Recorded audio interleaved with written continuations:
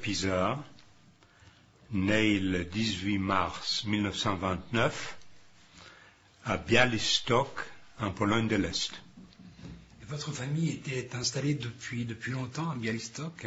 Depuis des siècles. Depuis des siècles. Et vos parents faisaient quel métier? Mon père était chef d'entreprise, ma mère chantait, c'était une famille aisée. Et vous viviez dans cette ville, votre famille était installée depuis longtemps, et vous étiez écolier, J'étais écolier quand, au moment de l'éclatement de la Deuxième Guerre mondiale, j'avais à peine 9 ans. Donc j'étais dans une école régulière. Et comment se passait la vie à Białystok jusqu'à l'éclatement de la guerre?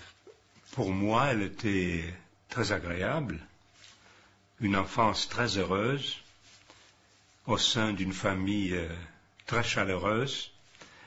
Le paysage était compliqué parce que c'était un endroit qu'on appellerait aujourd'hui multinational. Il y avait des Polonais, des Juifs, des Russes, des Ukrainiens, des Allemands. C'était une coexistence parfois difficile, de temps en temps quelques pogroms,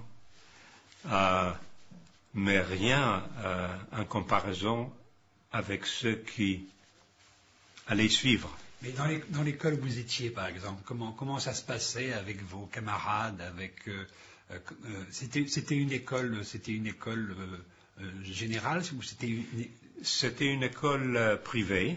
Oui. Nous étions à peu près 500 enfants. Et ça, c'était encore quand Białystok était Pologne, parce que après la guerre, c'était terriblement mouvementé. D'abord, l'invasion des Allemands. Ensuite, le pacte entre Staline et Hitler, où ils se sont divisés la Pologne. Et donc, Białystok était en Pologne de l'Est. Et nous étions occupés à ce moment-là par l'armée rouge. Et après, de nouveau, les Allemands, au moment de l'invasion de l'Union soviétique en juin 1941, donc toutes les armées du monde passaient par là. Autrefois Napoléon, ensuite les Autrichiens, les Allemands, les Lituaniens. On pouvait faire beaucoup de tourisme en restant sur place. Donc vous avez vécu déjà l'invasion de Białystok par l'armée rouge avant le déclenchement de la guerre? Non, la guerre a éclaté en septembre 1939 et nous étions occupés par les Allemands. Ensuite, les Allemands se sont retirés après l'accord Ribbentrop-Molotov. Et l'armée rouge est arrivée, elle est restée presque 2 ans, et quand Hitler a envahi l'Union soviétique, c'était à nouveau l'occupation allemande, et c'était le début de l'enfer. Alors dans l'école où vous étiez, dans cette grande école privée, il y avait des enfants de toutes les nationalités? Non, de nationalité polonaise, mais l'ethnicité était un peu diverse, mais c'était essentiellement une école juive.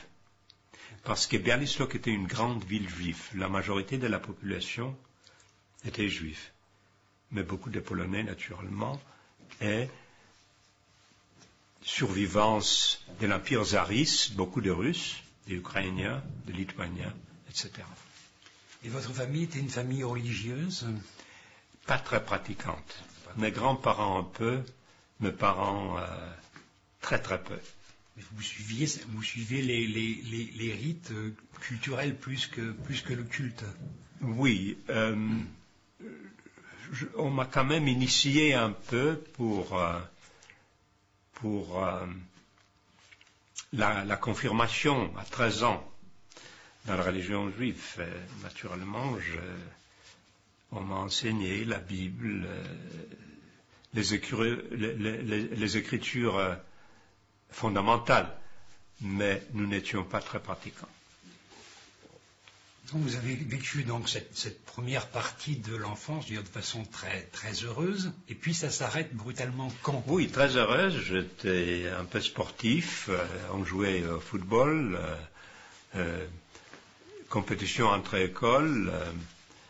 Je n'étais pas un très bon élève. Bref, j'étais normal. Et des signes d'antisémitisme, vous en souffriez, vous en voyez encore? Oui, de temps en temps, un peu de violence avec des garçons de mon âge qui n'étaient pas juifs. Donc j'ai entendu de temps en temps sale juif, c'était une chose courante. Je me suis trouvé au milieu de quelques bagarres. J'arrivais de temps en temps à l'école et le sang coulait du nez, mais rien de très méchant. Et donc tout ça s'arrête brutalement au moment de l'invasion allemande. Oui, ça s'arrête brutalement avec le commencement de la guerre, le bombardement, l'arrivée de l'armée rouge, qui était là pendant quelques semaines. Ce n'était pas violent. Tout se déclenche en juin 1941 avec l'invasion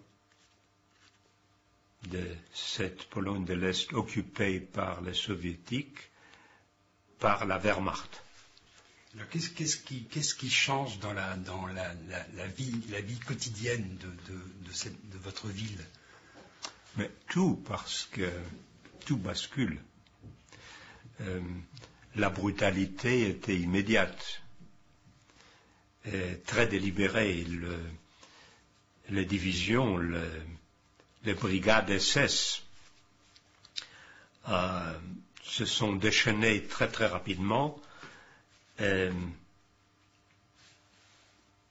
Ce qui vient à mon souvenir devant vous ici, c'est le jour, peut-être une semaine après leur arrivée, ils ont chassé 2000 juifs dans la grande synagogue de la ville. Ils ont fermé toutes les portes, ils ont mis le feu, et du balcon de notre maison, j'ai vu avec mes propres yeux les flammes qui ont consommé 2000 hommes, enfants, femmes, et c'était le début. Une deuxième chose qui me vient à l'esprit, c'est que ils ont fait une rafle et ils ont mis quelques milliers de jeunes, y compris quelques-uns de mes cousins. On les a transportés dans un champ en dehors de la ville. On les a tous fusillés.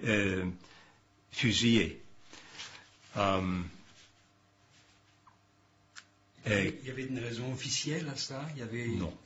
Non. Et quelques jours plus tard, une annonce: tous les Juifs doivent abandonner leur habitation et se concentrer dans une partie de la ville qu'ils ont appelée le ghetto. Et donc, moi, ma famille, mon père, ma mère, ma petite sœur, ma grand-mère, chacun avec une petite valise, les autres avec des sacs, ont pris le chemin indiqué là, on nous a assigné une pièce pour toute la famille. Nous avons abandonné notre maison et le ghetto était encerclé par des barbelés et par des gardes-cesse. Et c'était dans la ville, la vie du ghetto a commencé à ce moment-là. Elle était rude.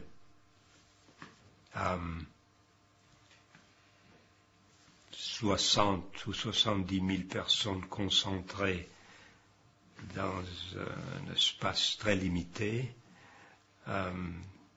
très peu de nourriture, très peu d'eau, les épidémies, la faim, le froid et les exécutions de temps en temps.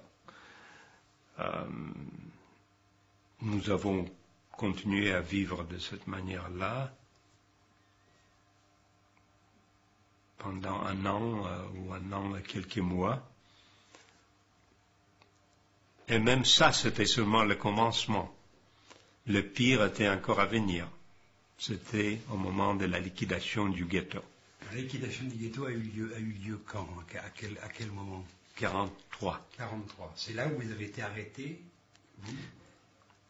C'est là où j'étais arrêté avec ma famille, comme des milliers d'autres. Mon père avait déjà été exécuté par la Gestapo. C'était un résistant. Ma grand-mère a été prise avant.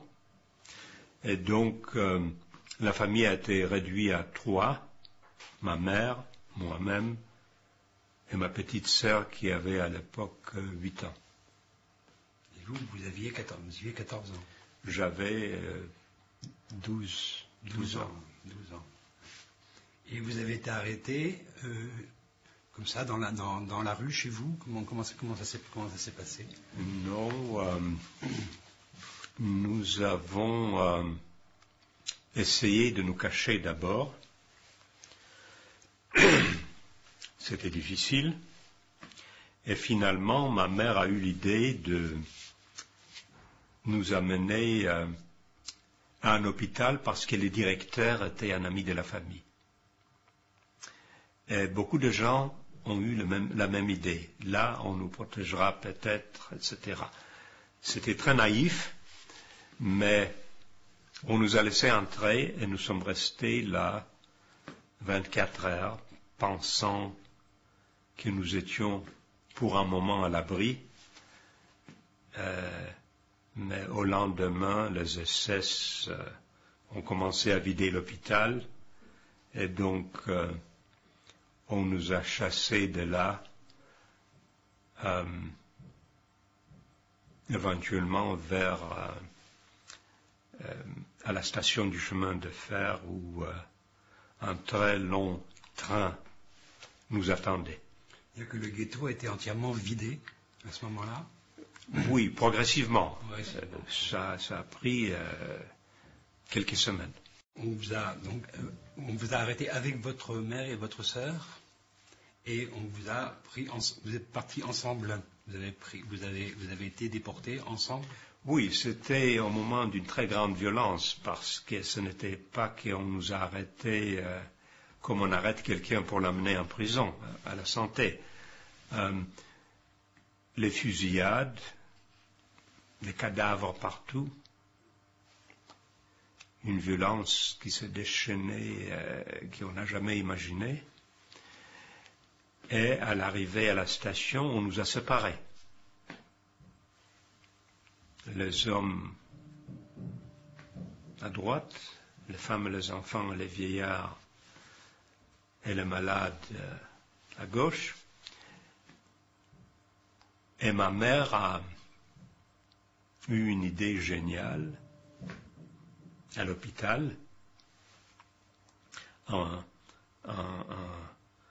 Elle m'a dit de mettre un pantalon long.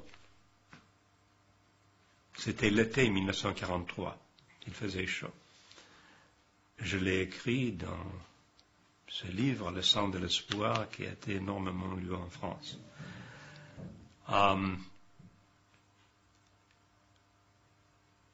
Son idée était d'essayer de me passer pour un homme, pour me donner une chance de survivre. Un esclave capable de travailler. Ce n'était pas très crédible parce que j'étais très jeune, mais elle m'a dit, ne mets pas ta culotte courte, mets ton pantalon. Et je me rappelle ma dernière conversation avec elle, et je lui ai demandé pourquoi, elle m'a dit, tu iras peut-être avec les hommes.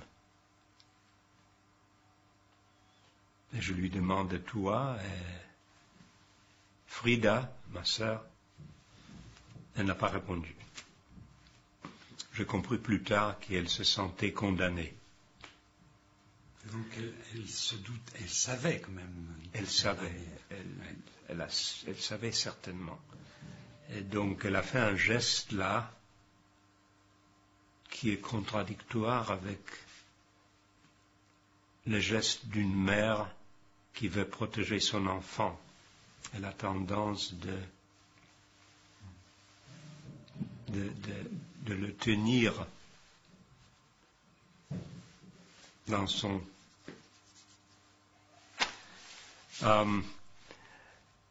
elle m'a poussé d'elle parce qu'elle savait qu'elle était condamnée et elle voulait que j'ai une chance, peut-être comme un travailleur utile pour les Allemands. Et c'est ça qui s'est passé. Le dernier moment, le dernier adieu, c'était que j'ai vu, quand on m'a dit de marcher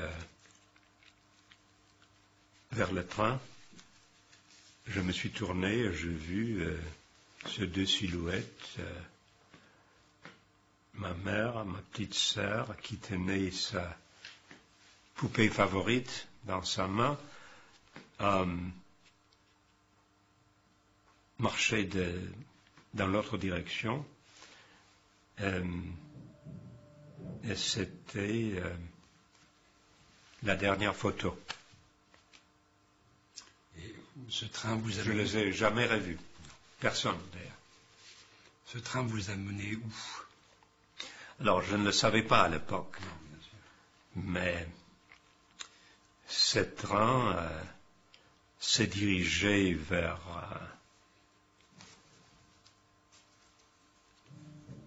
Auschwitz, ça je l'ai appris plus tard, mais les hommes, les travailleurs, les esclaves dont j'étais, cette partie du train a été découplée et nous nous sommes trouvés dans le camp de la mort qui s'appelait Majdanek. Effroyable. Le pire de tout, pire qu'Auschwitz. Pour moi, Auschwitz, c'était après. Et là, c'était tout à fait évident que c'était un camp près de la ville de Lublin, d'extermination pure et simple.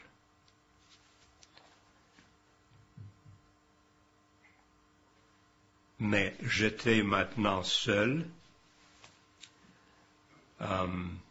J'ai compris que je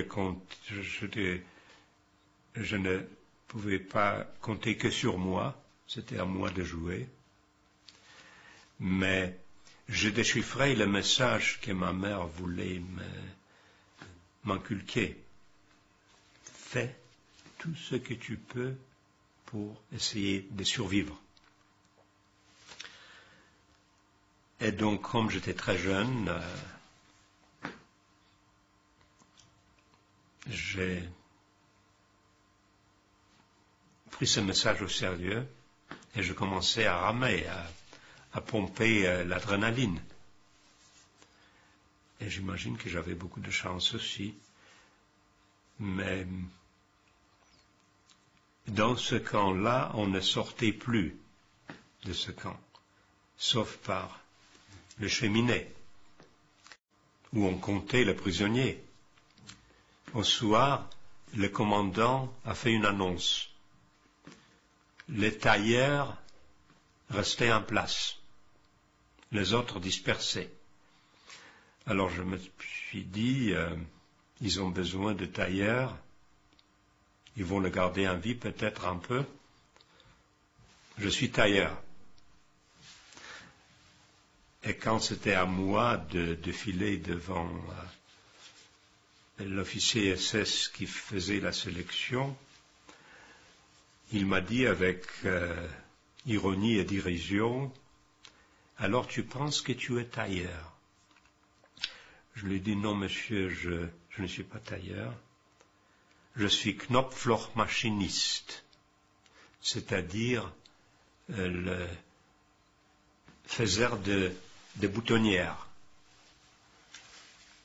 Il m'a dit, « Qu'est-ce que c'est ?» Alors je dis, quand on fait un uniforme pour l'armée, le tailleur fait la couture, et moi je sais faire les boutonnières sur une machine très spéciale. C'était un peu bébête, mais il a compris la logique, et il m'a dit, à droite, côté de la vie. Et c'est comme ça qu'on m'a embarqué avec quelques centaines de tailleurs, et on nous a amené à un camp de travail qui s'appelait Blizin, Pologne de l'Ouest. Et là, je travaillais effectivement comme faiseur de boutonnières. Vous avez appris 6 mois. Oui, cette idée m'est venue parce que sur notre rue à Bialystok,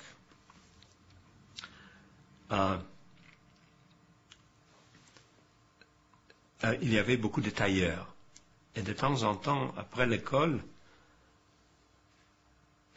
j'allais regarder un peu avec mes camarades ce qui se passait sur la rue.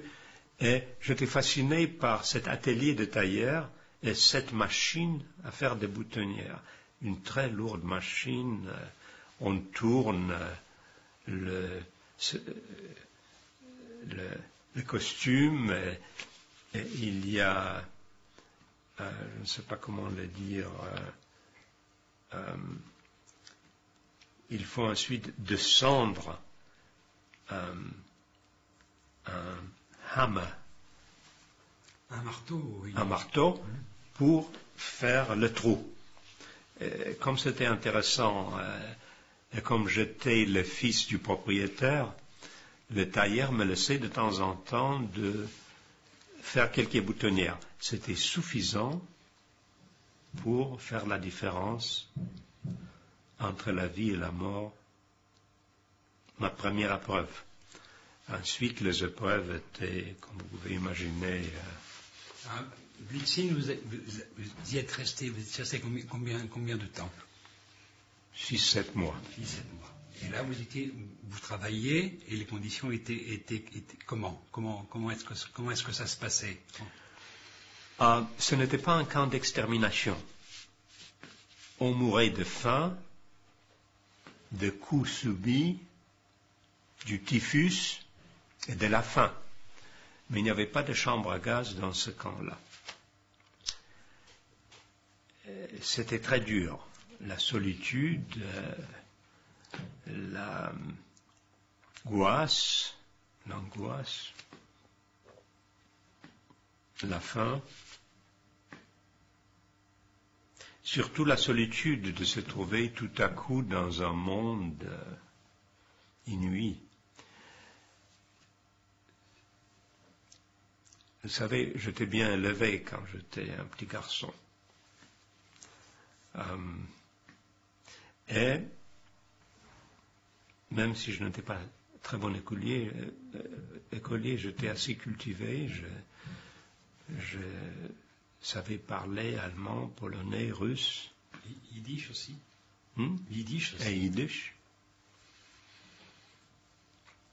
Et un peu l'hébreu pour la prière. Mais je me suis rendu compte tout de suite que il fallait oublier mes bonnes manières, que je n'étais pas construit pour cette vie-là. Parce que tout ce que j'avais appris à la maison et à l'école ne servait à rien, c'était même nuisible. Il fallait raisonner d'une autre manière.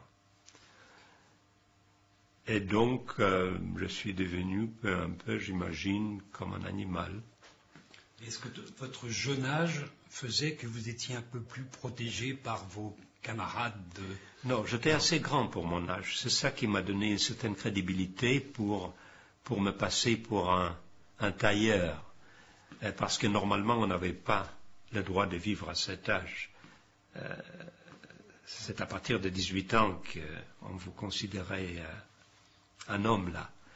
Mais cet officier d'SS qui a accepté cette histoire Knopfloch machiniste, je me suis souvent posé la question pourquoi il m'a laissé vivre. Il avait peut-être un fils de mon âge, je ne sais pas. En tout cas, je vous assure qu'il n'était pas sentimental. Mais c'était un mystère. Donc, je suis devenu très instinctif, comme un animal qui guette le danger constamment, qui sait que vous avez une seule chance, c'est qu'il faut faire la bonne décision à chaque instant. Que ce n'était pas comme à l'école, qu'on pouvait faire un brouillon et ensuite réécrire propre. Il fallait viser juste. Et ça s'apprend. C'est instinctif. Pour un très jeune, c'est peut-être plus facile que pour un plus vieux. Et, comme je vous ai dit, je pompais l'adrénaline, j'étais très alerte. Je suis devenu très calme face à la mort, qui me guettait constamment. Et finalement, j'ai atterri à Auschwitz. Auschwitz, c'était naturellement le summum. Et là, c'était beaucoup, beaucoup plus compliqué. À quel moment C'était en 40, début 44. Comme le voyage dans les wagons à bestiaux, ce voyage était très dur aussi. Parce que ce voyage, tous mes frères survivants l'ont fait. Dans ce train, plus que la moitié, entassée dans chaque wagon, mouraient en route. C'est un voyage qui durait longtemps. C'est un voyage qui durait longtemps. 3 jours, à peu près. 72 heures. Sans nourriture. Encore pire, sans eau. Dans la chaleur, sans hygiène.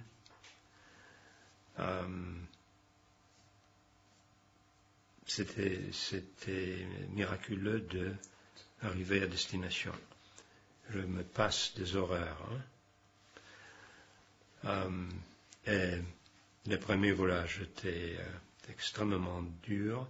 Le deuxième était déjà un peu plus facile parce que j'étais maintenant un bagnard expérimenté, donc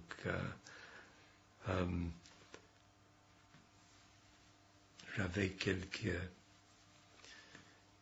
quelques astuces.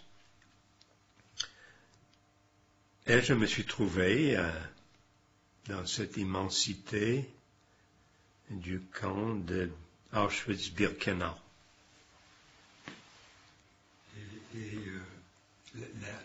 La vie, si on peut parler de vie, ça se passait au quotidien de quelle manière? Comment est-ce que ça se passe? C'est très long à raconter, mais certaines choses sont les mêmes partout. Faim, vous hallucinez de faim. Et ce n'est pas une faim parce que vous n'avez pas pris votre petit déjeuner, ou même votre déjeuner, c'est une faim qui s'installe pendant des mois, et ça vous fait littéralement halluciner. Et ensuite, naturellement, la cruauté des punitions.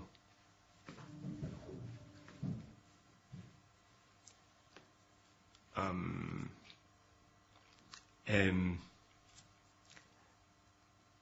le travail, par exemple, pour tester la solidité de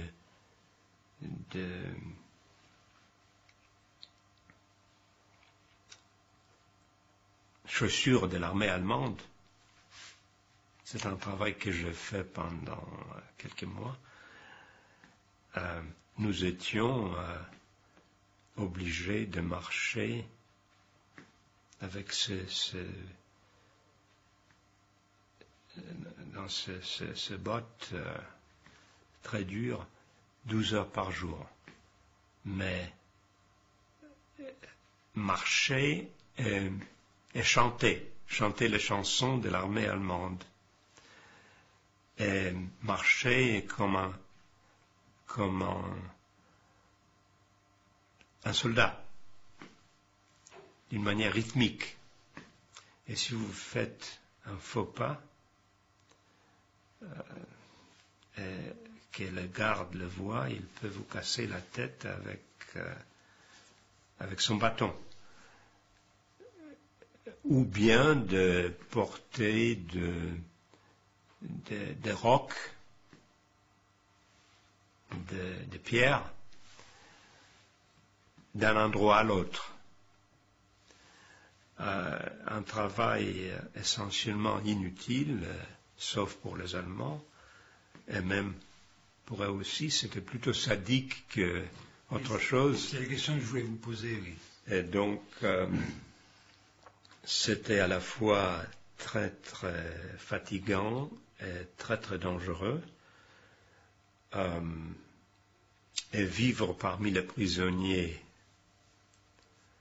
parce qu'Auschwitz avait essentiellement des juifs, mais aussi de criminels allemands, de gens condamnés à vie pour meurtre, les homosexuels, les tziganes, prisonniers russes. Et pour un garçon de 14 ans, ce n'était pas un endroit idéal.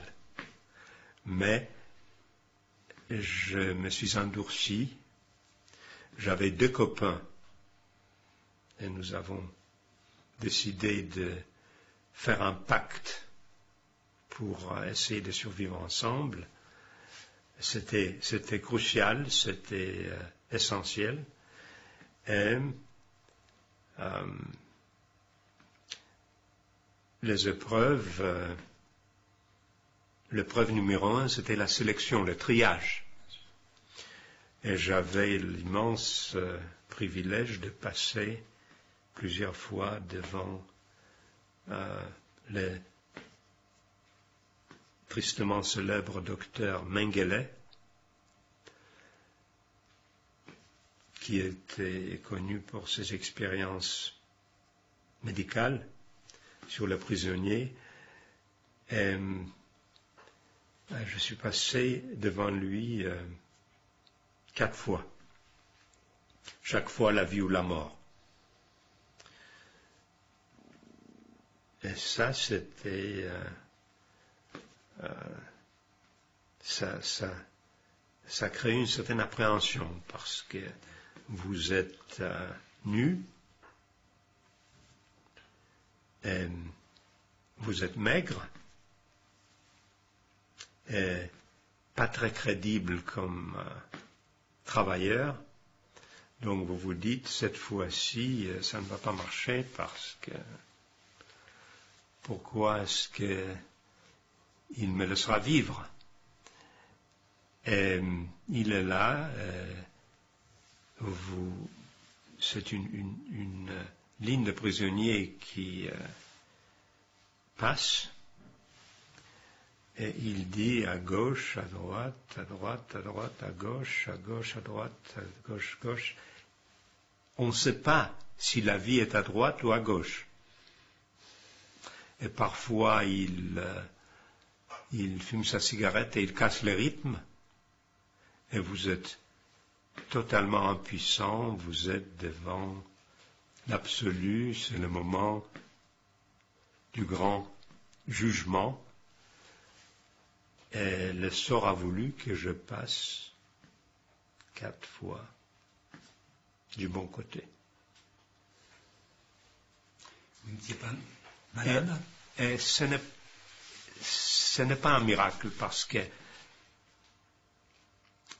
il faut que je vous dise que de ces 500 écoliers de mon école, après la guerre, j'étais le seul survivant, littéralement le seul. Quelques-uns ont été exilés en Sibérie par les soviétiques pendant l'occupation. Quelques-uns ont survécu là, mais tous les autres, pas un seul. J'imagine qu'il fallait que quelqu'un survive. Il se trouve que c'était moi. Mais c'est comme ça qu'1,5 million d'enfants juifs ont été détruits pendant la Deuxième Guerre mondiale. Et donc voilà pour Auschwitz. Oui, je voulais poser la question. Votre santé, vous étiez comment physiquement? Comment... J'étais maigre. J'ai eu le typhus aussi, avec beaucoup de fièvre, mais j'ai survécu à ça. Again, cette survie-là a été exceptionnelle. On m'a battu plusieurs fois, puni. Mais c'est puni pourquoi? Parce que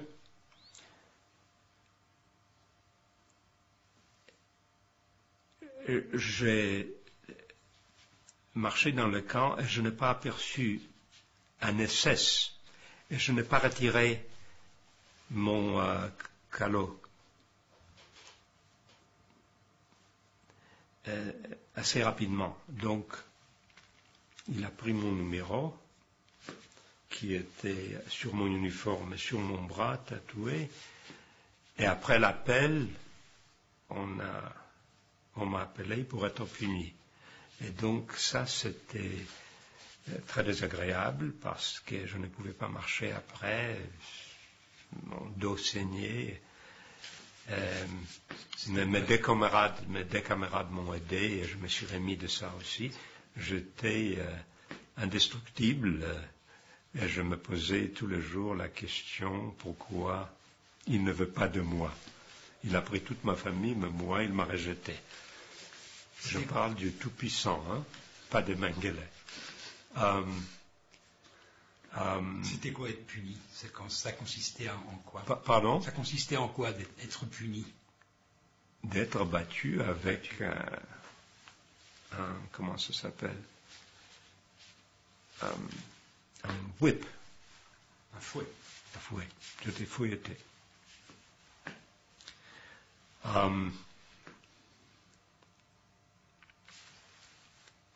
Il fait froid.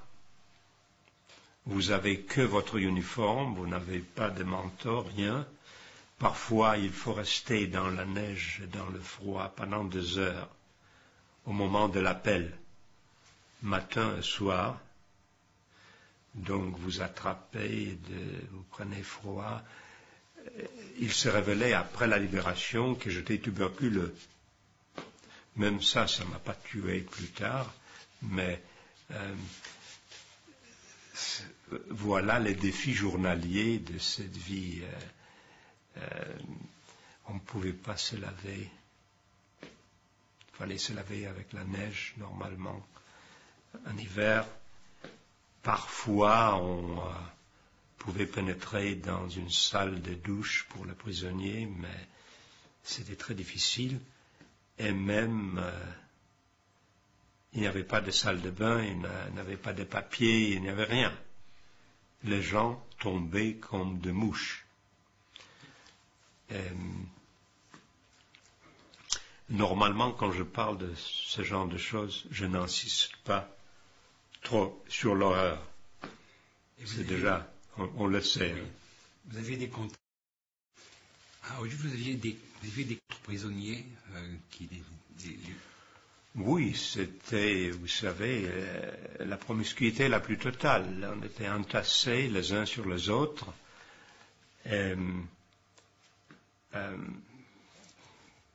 On était en contact constamment avec tout le monde après l'appel ou pendant la nuit, renfermés dans le baraquement. Mais c'était des relations, sauf avec mes deux camarades, nous étions vraiment des frères. Mais avec les autres, c'était la problématique a été comment survivre. Donc, ce n'était pas sentimental. C'était pire que dans un camp militaire ou dans une prison normale. Il y avait une organisation interne du camp? Très peu. Les Allemands ne permettaient pas ça. Le prisonnier en chef qui était manipulé par les Allemands était dangereux aussi, donc on ne pouvait pas faire grand-chose. Mais il y avait quand même une insurrection à Auschwitz en octobre 1944 où le Sonderkommando, les gens à qui on a fait faire ce travail forcé dans les chambres à gaz et dans le crématoire, se sont révoltés et ont tué quelques dizaines de gardes allemands, quelques SS, quelques officiers qu'ils ont jetés dans le four crématoire. Mais pour le reste, il n'y avait pas de vie politique, très très peu. De temps en temps, un groupe conspirait pour essayer de s'échapper, mais c'était minime. Il était quasiment impossible de s'échapper d'Auschwitz. Et moi, comme les autres, parfois c'était trop dur et je me posais la question, pourquoi est-ce que j'essaie de survivre? J'avais cette injonction de ma mère qui m'a poussé, mais je me disais, il y a des limites. Donc c'était facile de se suicider parce qu'il suffisait de mettre la main sur le barbelé électrifié. Et j'étais tenté plusieurs fois, mais je ne l'ai pas fait. Il y a eu beaucoup de suicides autour de vous? Il y a eu beaucoup de suicides autour de vous? Oui, quelques-uns se sont suicidés. Tous les jours, un ou deux, parce que l'électricité, c'est comme une colle. Si vous touchez le barbelé, ça vous électrifie et vous restez suspendu sur le barbelé. Donc, presque chaque jour, en sortant pour l'appel du matin, on voyait des prisonniers sur le barbelé. Jusqu'à quel moment? Jusqu'au la fin 1944. Et là, vous avez été de nouveau. Alors là, comme le front de l'Est approchait, les Russes étaient déjà en Pologne. J'étais dans un premier transport d'évacuation et on nous a amenés là en Allemagne. Nous avons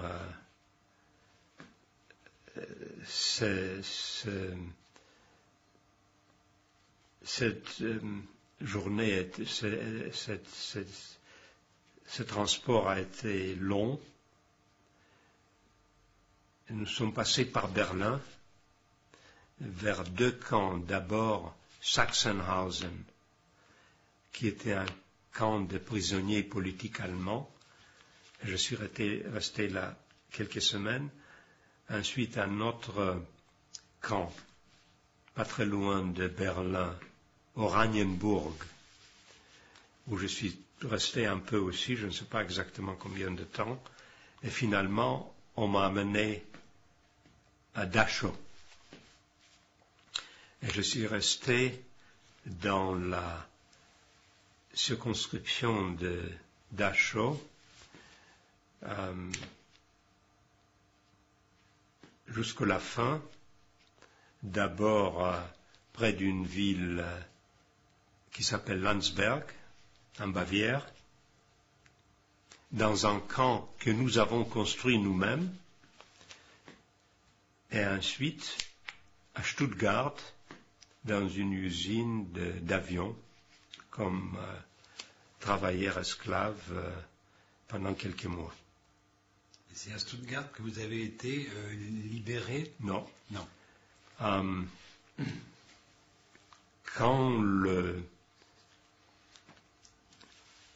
C'était terriblement bombardé parce que c'était très industriel. Donc, mon problème n'était pas le travail ou la faim, ou même le bombardement, parce que c'était une grande joie de voir les avions alliés arriver et jeter leurs bombes. C'était un message d'espoir. Quelques-uns de nos prisonniers ont trouvé la mort là aussi, mais c'était plutôt un signe qu'un monde existait encore quelque part et peut-être un jour, qui sait, on sera libéré. Le problème était que, comme nous étions prisonniers esclaves qui travaillaient pour l'armement, ils se sont mis à nous protéger terriblement. Et donc, quand les sirènes annonçaient un bombardement, on nous chassait dans une montagne pour que nous puissions être protégés. Et quand la sirène annonçait que c'était terminé, on nous a chassés dans le camp. Et ça se répétait plusieurs fois pendant une nuit. Donc, mon problème était que je ne pouvais pas dormir. C'était une autre forme de torture. Et comme le front de l'Ouest approchait aussi après le jour J, le débarquement en Normandie, on nous a amenés de nouveau près du camp de Dachau. Et là, avec l'arrivée des Alliés, nous pouvions très clairement distinguer les canons de bombardement. Donc nous savions que l'armée alliée n'était pas loin. J'ai fait la marche de la mort vers Dachau. Et pendant cette marche qui a duré plusieurs jours et plusieurs nuits, nous étions bombardés par l'aviation américaine, parce que j'imagine qu'ils ont pensé que c'était la Wehrmacht qui marchait. Et pendant ce bombardement, une quinzaine de nous étions 2000 dans cette marche, se sont mis à courir vers la forêt. J'étais parmi eux. Et 9 ont été tués pendant cette évasion. Et les autres, les 6, sont parvenus vers la forêt. Et nous avons commencé à marcher vers le front de l'Ouest. Et à un moment donné, nous avons trouvé une grange et nous sommes cachés dans la grange. Et un matin, boulimique, je regarde de la grange et je vois un char. Je cherche la swastika, elle n'est pas là. Je vois un emblème, une étoile blanche. Je ne sais pas ce que c'est. Et tout à coup, je me dis, c'est pas possible. Et j'ai compris que c'était les insignes de l'armée américaine. Et donc, je suis sorti de la grange comme un fou. J'ai commencé à courir vers le tank. Et je me suis trouvé dans une échange de feu entre les Américains et les Allemands, mais j'étais vraiment indestructible. C'est une histoire qui est connue parce que le président Clinton, dont j'étais l'invité pour le défilé national au 5e anniversaire de la fin de la guerre de la fin de la guerre en Europe, a raconté cette histoire devant la télévision américaine pendant ce défilé en grand détail. Le convoi s'est arrêté et un soldat noir casqué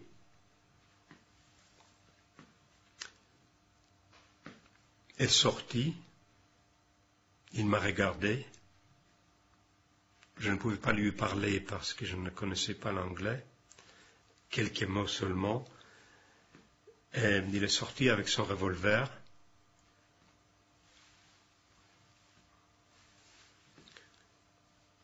Et je suis tombé sur mes genoux. Je ne savais pas quoi lui dire. J'ai mis mes bras autour de ce botte et j'ai exclamé « God bless America ». Et il m'a pris dans ses bras, j'étais quasi squelettique, et il m'a amené dans cette... par le trou de son tank, dans le ventre de la liberté. C'était ça le moment de la libération, très très dramatique. Et vous étiez parti, vous étiez échappé avec vos copains, ceux avec qui vous étiez Ils se sont échappés tout de suite après et nous nous sommes retrouvés dans le village de Penzing, en Bavière, mais nous avons travaillé pour l'armée américaine. Moi, j'étais un peu l'interprète parce que je pouvais parler allemand, et donc on allait chercher les soldats allemands dans les forêts. Moi, je les guidais, et je faisais la traduction, et moi, je cherchais en particulier les SS. Et vous êtes resté avec l'armée américaine un certain temps? Quelques semaines. Mais j'étais libre. Mais ce n'était pas le happy end. C'était un moment très angoissant, la liberté. Parce que c'est là où je commençais à me poser des questions. Jusque-là, il n'y avait pas de questions, il n'y avait pas d'état d'âme. Il fallait survivre. Là, vous êtes libre. Et la grande question, maintenant, qui suis-je? Où vais-je aller? Que vais-je devenir? Où sont les autres? J'avais 15 ans, presque 16, et toutes ces interrogations, c'était difficile à gérer. Mais je me suis emparé d'une moto de l'armée allemande, une très puissante machine, et je me suis mis à me balader sur les autoroutes, sur l'autobahn de l'Allemagne, à une vitesse incroyable, poussé par une colère, vivant avec mes deux camarades cette liberté folle qui était pour moi comme une chambre de compression entre l'enfer et la vie normale. Je prenais tous les risques.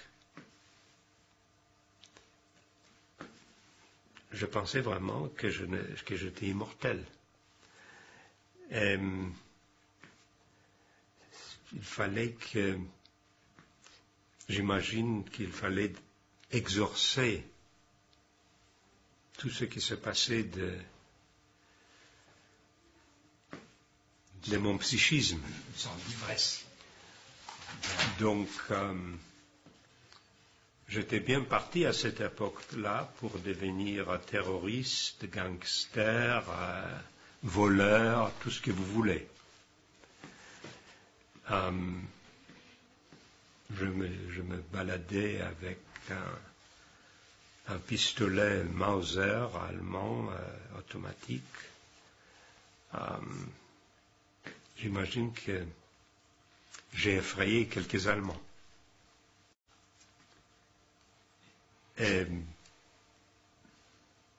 8 ou 9 mois plus tard, arrive un homme en uniforme français et déclare à la femme de ménage, parce que maintenant nous avions une femme de ménage,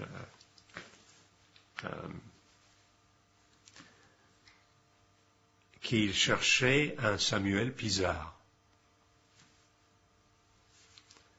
Alors elle vient me dire, à cette époque-là, je n'avais pas envie de parler avec un homme en uniforme qui voulait me parler. Donc, je sortis par la fenêtre, mais au soir, il est revenu et il a dit à cette femme de ménage, dites-lui que c'est son oncle. Oncle. Et soudain, j'ai eu ce souvenir que ma mère avait une sœur à Paris qui est allée étudier à la Sorbonne et qu'elle s'est mariée avec un Français qui était journaliste. La femme de ménage m'a dit, il a dit qu'il était journaliste. Alors, tout de suite, j'ai compris que il se passe quelque chose de fatidique là. Alors, je suis venu le voir, et effectivement, c'était mon oncle, qui s'appelait Léo Sauvage. Par la suite, c'était un grand journaliste au Figaro, écrivain, correspondant des guerres, et comme sa femme, Barbara Sauvage, ma tante, a vu sur une liste publiée par l'armée américaine de survivants Samuel Pisard, elle ne savait pas qui était Samuel Pisard. Elle s'est dit, il y avait un petit garçon quand je suis allé voir la famille la dernière fois, qui avait 5 ans à l'époque, qui nous appelions Moula. C'était l'abréviation de Samuel. Mais ce n'est pas possible que ce garçon a survécu. Quel âge aurait-il aujourd'hui? Peut-être 16 ans. Tandis que tous les Pisards, tous ces hommes sont morts, non. Et effectivement, c'était moi. Et finalement, on m'a entraîné à Paris. Et la vraie liberté, le vrai premier goût de la liberté, c'était à Paris. C'était là où la rédemption a commencé. Ce n'était pas aussi simple parce que je ne voulais pas partir avec Léo Sauvage. Et d'abord, je n'avais pas de documents. Donc il est parti, mais 2 semaines plus tard, ma tante, belle, raffinée, éduquée, intelligente, débarque. Je ne sais pas comment elle a fait, parce que c'est dans la zone militaire américaine. Elle s'est installée chez moi, elle a observé cette vie que je menais avec mes 2 copains. Elle n'a pas aimé, elle n'a rien dit, mais elle a senti le danger. Elle a trouvé un jeune homme bien habillé, j'avais déjà mes cheveux,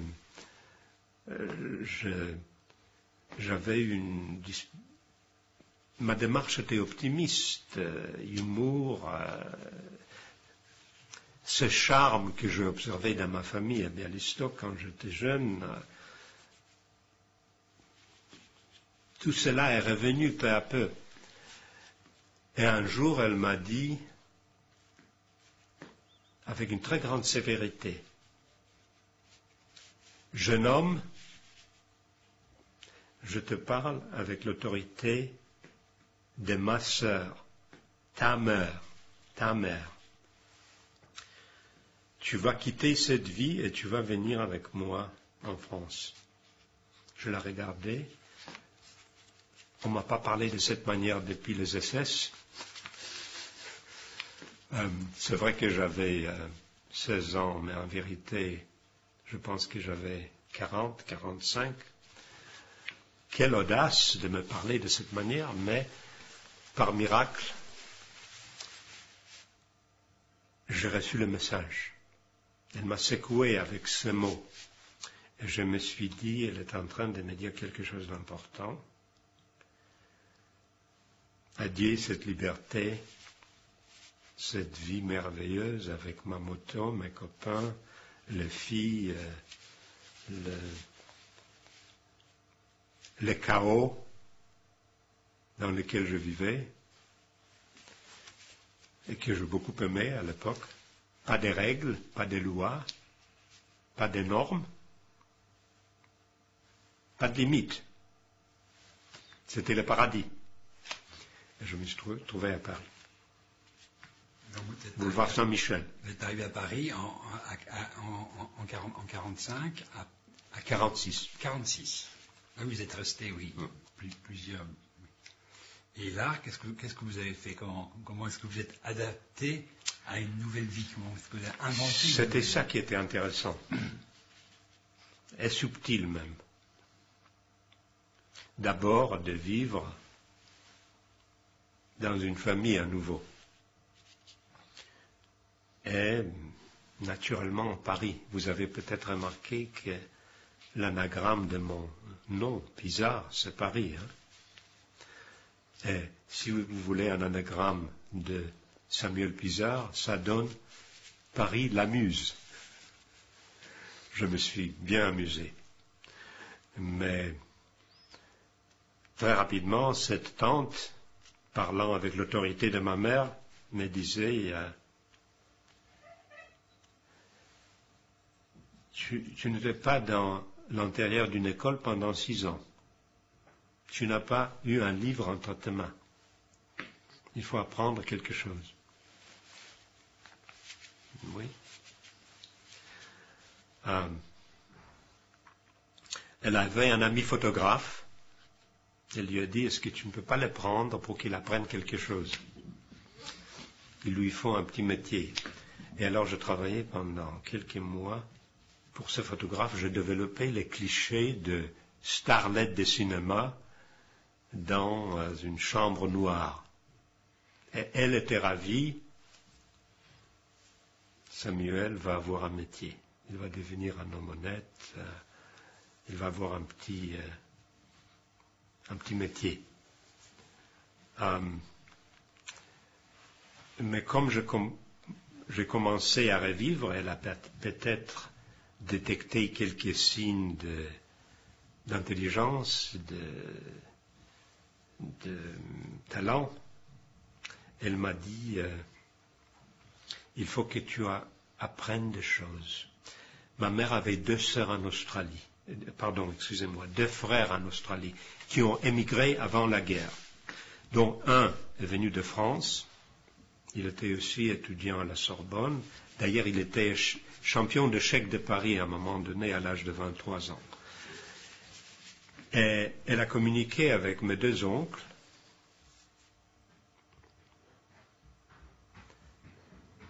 qui cherchaient aussi des survivants de la famille, et qui ont appris qu'effectivement, quelqu'un a survécu, et ils ont décidé que ce serait mieux que j'aille en Australie.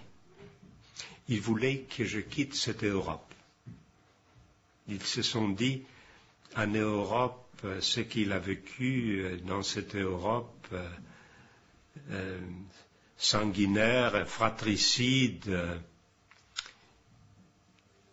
il ne se calmera pas. Et donc, on m'a proposé d'aller à Melbourne. J'ai accepté et je suis parti. La reconstruction, la vraie reconstruction physique, morale et intellectuelle a commencé en Australie. La phase de colère était terminée. Oui, et c'était le bon endroit parce que c'était très loin de l'Europe. Ça ne pouvait pas être plus loin, aux antipodes. Et cette Australie spacieuse, immense,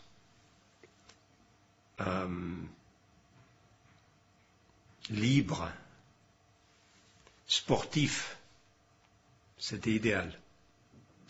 Et c'est là où on m'a mis dans une école pour des enfants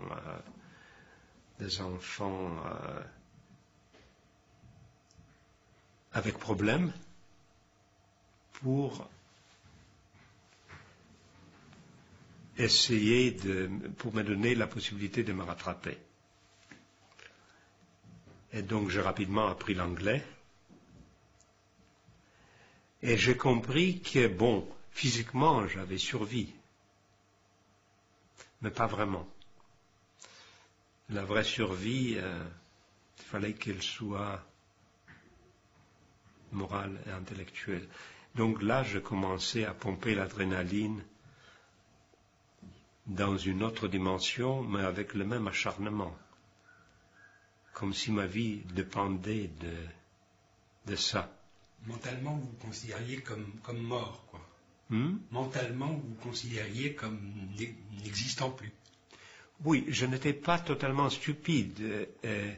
J'étais, comme je vous ai dit avant, j'étais instinctivement bien élevé. J'avais une certaine démarche civilisée. Mais les lacunes dans mon éducation étaient immenses. Donc, il fallait que je commence à cette école à faire l'arithmétique, l'algèbre, la géométrie. Et très rapidement, j'avais affaire avec Shakespeare pour déchiffrer Hamlet, etc. Et là, miracle de miracle, tuberculose. Je suis malade. Alors là, je me suis rendu compte que c'était un autre ennemi. Cette fois-ci, il me rongeait de l'intérieur. Et je savais me protéger contre l'ennemi de l'extérieur, mais celui-là était très difficile à combattre. Mais j'ai engagé ce combat. Et comme il fallait que je reste au lit, je ne pouvais pas travailler, je me suis mis à lire. Et presque toujours dans le texte, parce que je pouvais manier maintenant le français, l'anglais, l'allemand, le russe, etc., etc. Et j'ai découvert tout un monde. Donc je lisais Balzac et Goethe et Dostoïevski et Dickens et les autres, et ensuite les philosophes. Et c'est ça qui a fait de moi un homme. C'est une autre manière de vous dire, monsieur le pape, que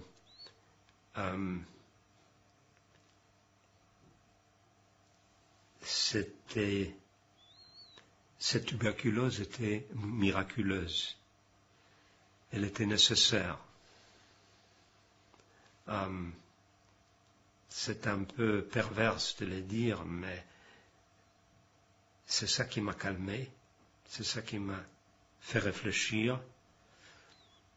Et je me disais en lisant constamment, tu as maintenant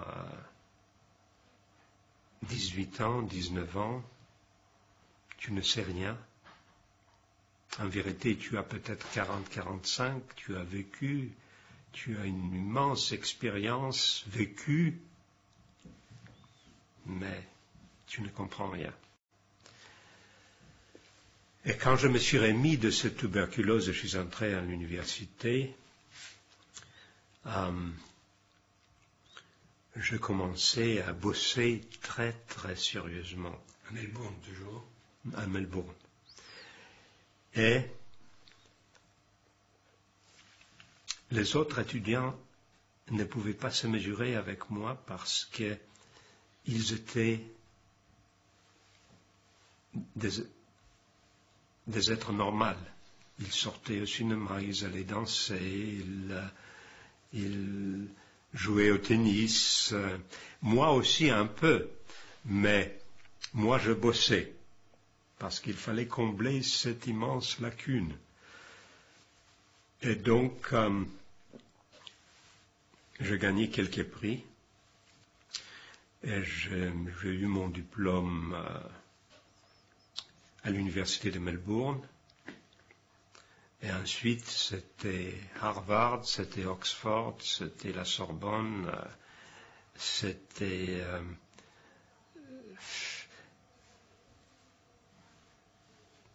vous savez, il y a un certain sens d'humour qu'on appelle en anglais l'humour de la potence.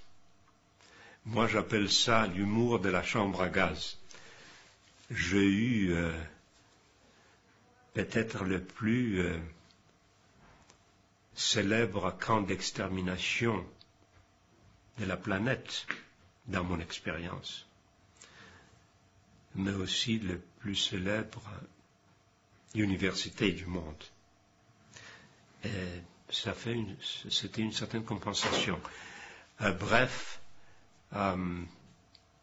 quand je suis sorti avec l'agrégation de Harvard, c'est un certain type de doctorat.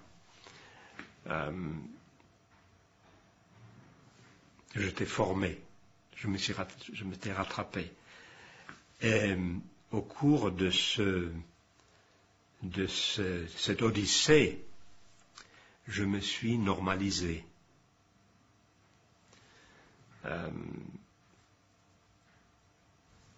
Mes plaies se sont cicatrisées bien. Et je n'ai jamais rien oublié, mais j'étais axé vers l'avenir.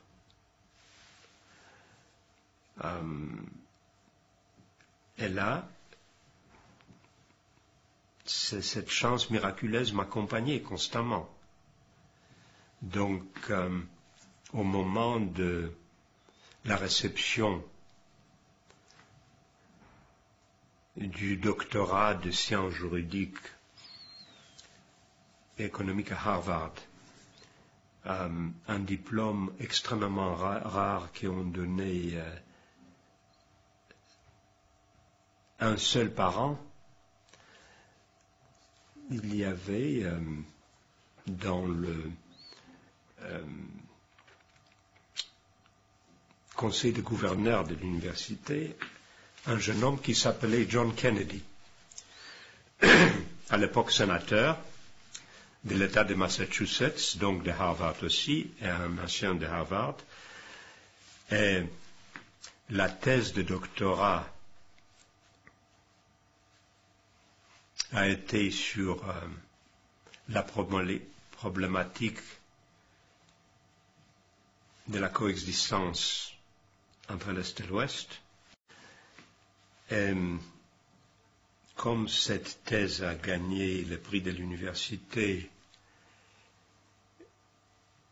et a été publiée dans la revue de l'école de droit de Harvard, qui est peut-être la première revue sur le droit du monde,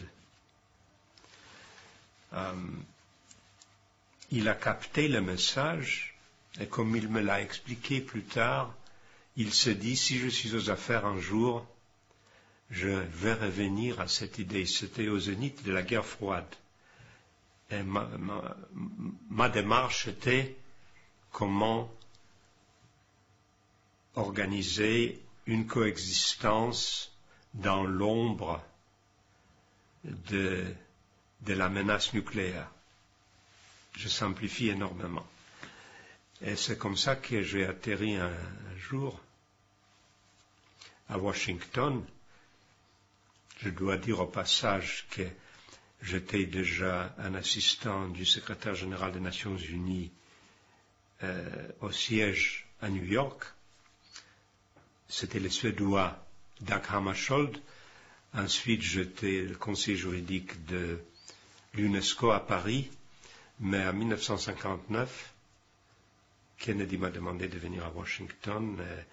J'ai participé dans cette élection qu'il a élue en 1960 et je suis devenu membre de son brain trust pour la politique économique internationale. Et qu'est-ce qui vous avait poussé à choisir, est-ce que ça a un lien avec le département, le fait d'avoir choisi des études de droit et d'économie? Est-ce que ça a quelque chose à voir avec... Oui, j'ai beaucoup hésité d'abord, parce que je pouvais, après mes premières études, je pouvais choisir ce que je voulais. Et j'ai penché plutôt pour la mathématique et la science, parce que j'avais de bons résultats en mathématiques, physique, chimie, etc. Et c'était mon premier choix. Mais je m'étais dit... je ne peux pas m'isoler dans une tour d'ivoire. Ma vie était trop mouvementée, trop violente.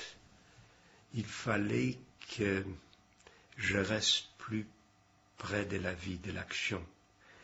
Je ne pouvais pas contempler la vie calme d'un professeur, parce que j'étais destiné à ça. Et un jour, ouvre le journal, c'était encore en Australie. Et je deviens fasciné par un procès, meurtre. Une affaire extrêmement complexe, et ce procès dure pendant 2 semaines. Et je le suis tous les jours par la presse. Et je suis bouleversé. Il s'agit de décider si un homme est coupable ou innocent d'un meurtre. Et pour ça, il mobilise un jury de 12 personnes et 3 juges. Et le procureur et des avocats, c'est interminable.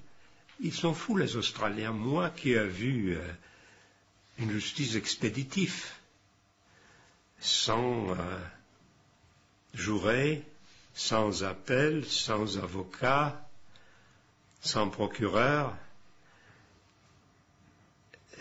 une justice où on fusillait des gens par centaines devant mes yeux. Ils sont fous. Et ça fait un déclic extraordinaire. Je me suis dit, tu n'as rien compris, c'est ça la vie. C'est comme ça que ça doit être.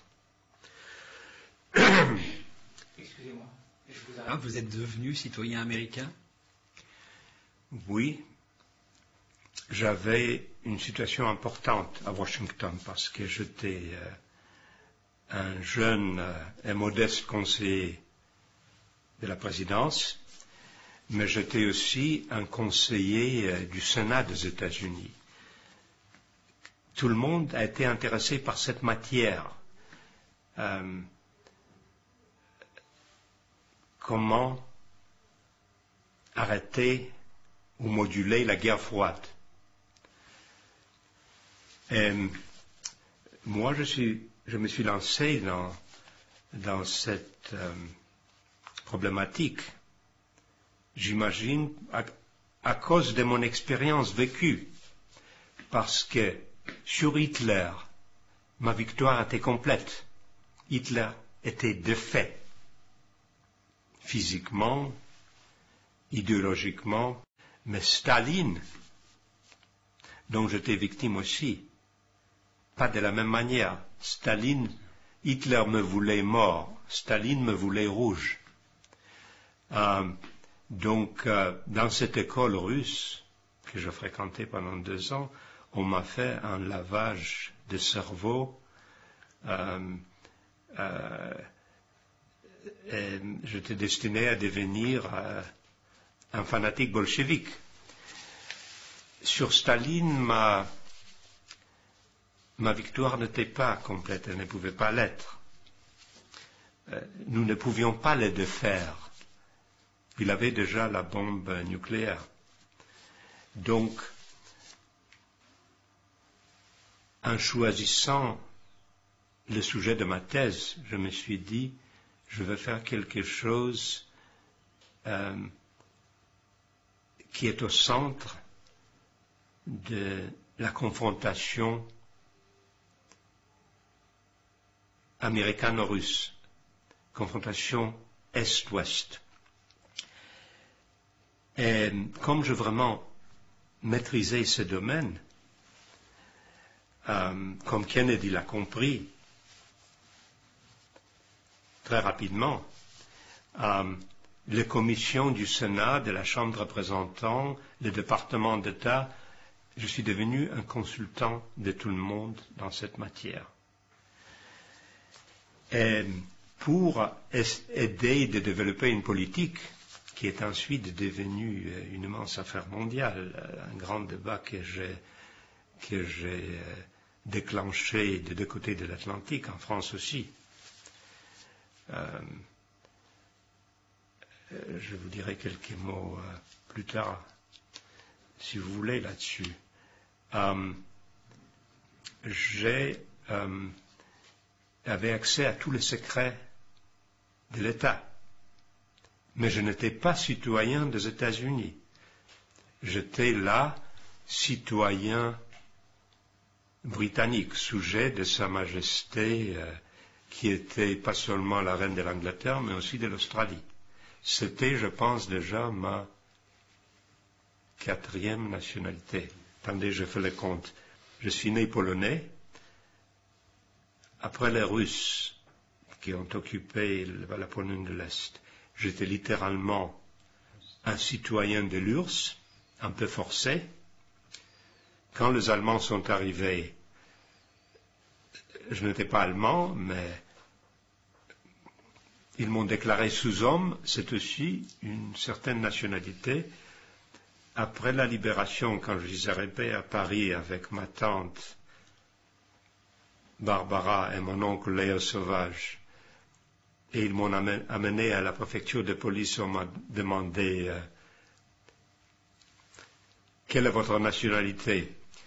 Je ne pouvais pas très bien dire sous homme, donc avec la personne qui m'interviewait, nous avons discuté ensemble, et on a décidé que j'étais apatride, donc on a mis sur ma carte de séjour apatride. Et en Australie, je suis devenu australien, donc 6 déjà. Là, j'étais en Amérique avec ma nationalité britannique, et donc ils ont proposé une loi spéciale qui porte mon nom. Je ne pouvais pas l'obtenir par un processus normal parce qu'il fallait attendre 5 ans. Donc, la Chambre des représentants et le Sénat ont voté à l'unanimité. Et le président Kennedy a signé la loi. Il m'a envoyé le parchemin avec le stylo avec lequel il a signé ce document historique.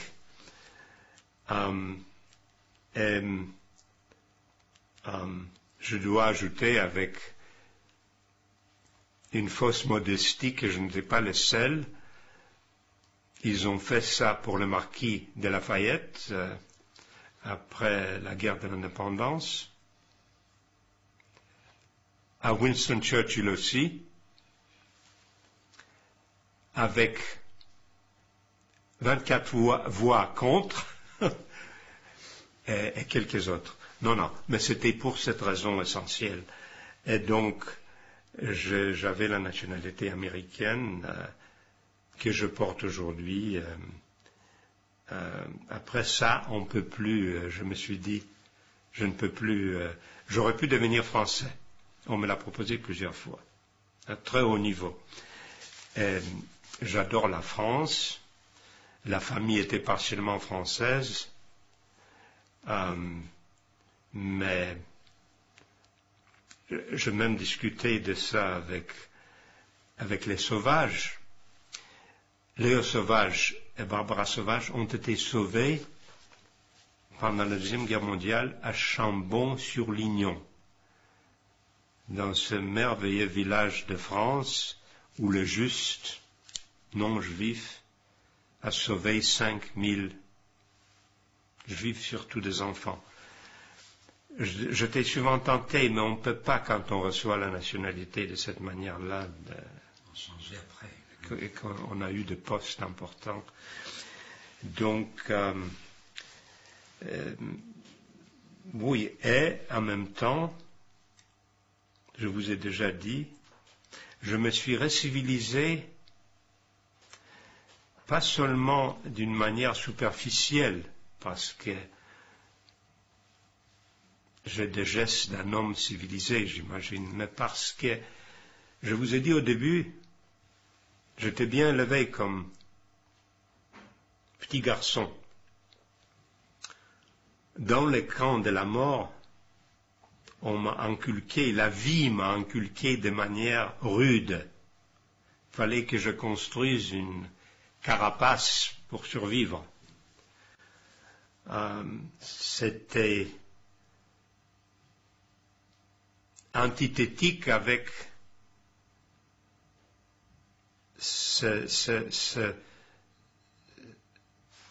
cet enfant bien élevé que j'étais au début. Après, il fallait que je me débarrasse de ce carcasse qui m'est venu d'Auschwitz, de Majdanek et de Dachau. Parce que je me suis rendu compte à Harvard et dans toutes ces grandes universités que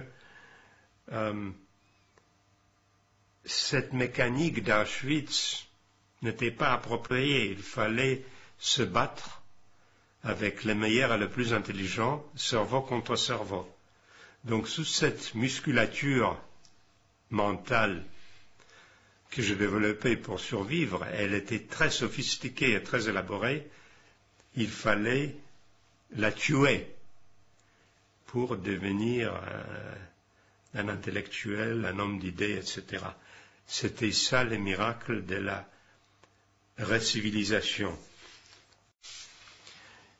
ça aussi, avec une expérience comme la mienne, comme celle de mes frères et sœurs survivants, on se pose vraiment la question, est-ce qu'après ce que nous avons vécu, faut-il avoir des enfants et les exposer à quelque chose de semblable? Parce que l'histoire du peuple juif est tragique. Ces catastrophes reviennent régulièrement. J'ai donc hésité. Je ne savais pas si je voulais me marier, si je voulais fonder une famille. Mais finalement, je cédé devant cette jeune femme irrésistible. Et, bref, je suis aujourd'hui le père des 4 enfants. J'ai des petits-enfants. Les enfants sont brillants, très franco-français, très américano-américains. 2 d'entre eux étaient avec le président Clinton à la Maison-Blanche. Un qui s'appelle Anthony Blinken. C'est mon beau-fils que j'ai élevé, fils de ma femme. Vous l'avez vu souvent à la télévision française parce que il était le directeur à la Maison-Blanche des Affaires européennes, donc le lien du président Clinton avec Chirac, avec Blair, avec Schröder, avec des responsabilités très importantes. Et donc, quand il se passe quelque chose de significatif à Washington, la télévision lui demande ses commentaires.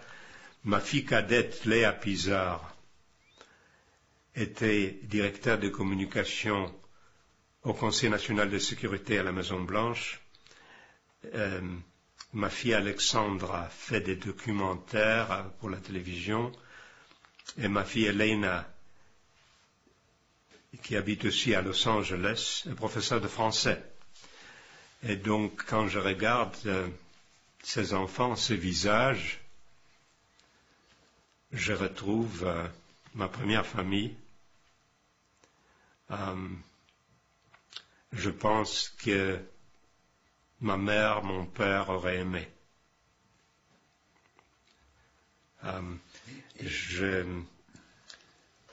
J'ai écrit tout ça dans ce livre, Le sang de l'espoir. C'était le seul livre personnel que je me suis permis d'écrire, autobiographique. Mais il y avait d'autres livres. Les armes de la paix, qui a été publié en 1970, préfacé par Jean-Jacques Servan-Schreiber. Ce livre a ouvert le grand débat sur la coexistence Est-Ouest.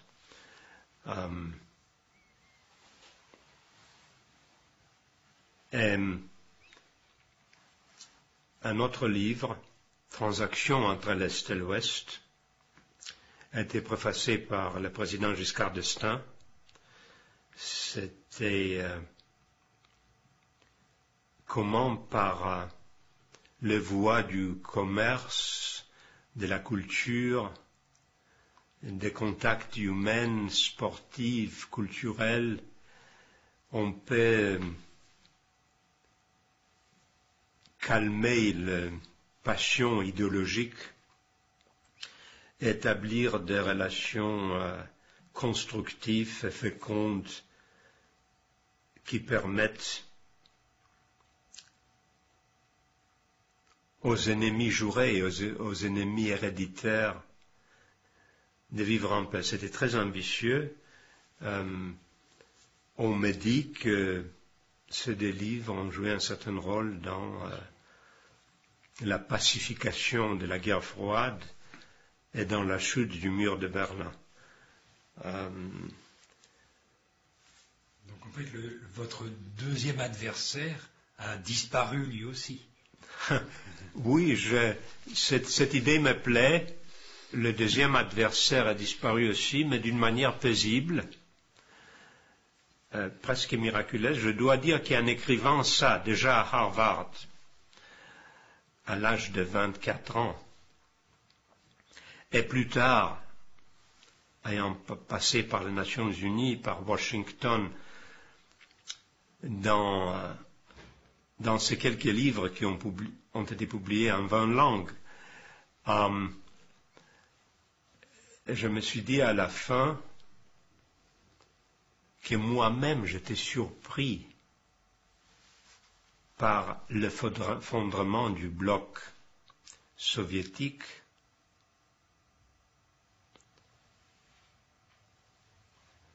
d'une manière si rapide et si complète. Quand j'ai écrit tout ça, je rêvais. Je savais que le système stalinien ne pouvait pas marcher, que même ses fidèles savaient très bien qu'il n'avait pas d'avenir, mais que cette ouverture que je prenais, cette coopération, cet échange d'étudiants, de savants, le développement de moyens de communication avec le fax, l'ordinateur, après avec Internet, que tout ça a vu les faiblesses du système,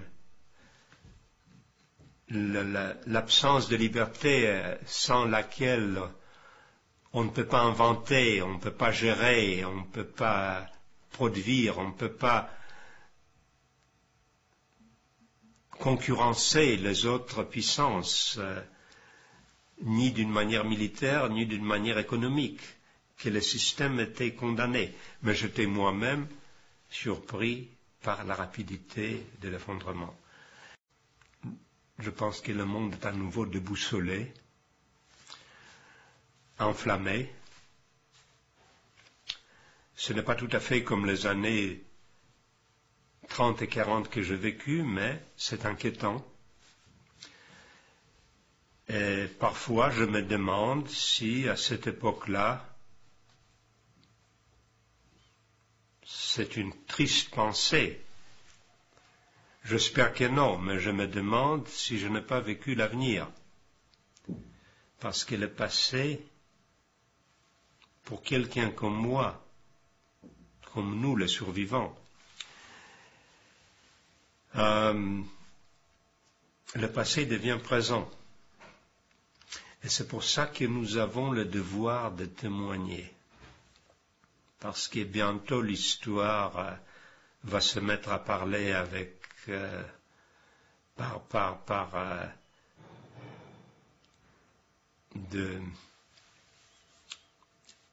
avec la voix de chercheurs, de romanciers, de négationnistes. Et nous disparaissons maintenant, un par un. Donc, nous acceptons, moi j'ai accepté de me mettre devant vous de cette manière ouverte et de répondre à vos questions parce qu'il faut que notre jeunesse soit armée, qu'elle comprenne qu'il est possible. Et c'est pour ça qu'il faut être vigilant. Vous voulez dire que les menaces existent toujours? La menace existe toujours? La menace existe toujours et nous, moi, je vais vous faire une métaphore. Je dors d'un œil. Je suis toujours vigilant.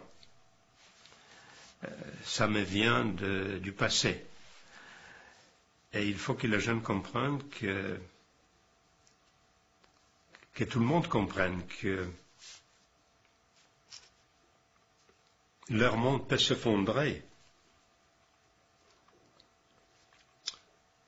comme le mien s'effondrait un jour d'été de 1939. Et même avant, parce que ça ne commence pas avec une guerre mondiale, ça se pourrit.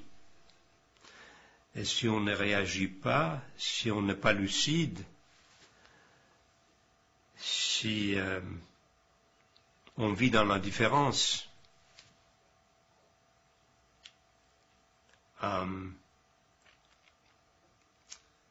ça augmente le danger. Donc, nous avons quelque chose de relativement important de dire à nos semblables. Et c'est à ça que je voulais contribuer aujourd'hui. Merci beaucoup. Merci.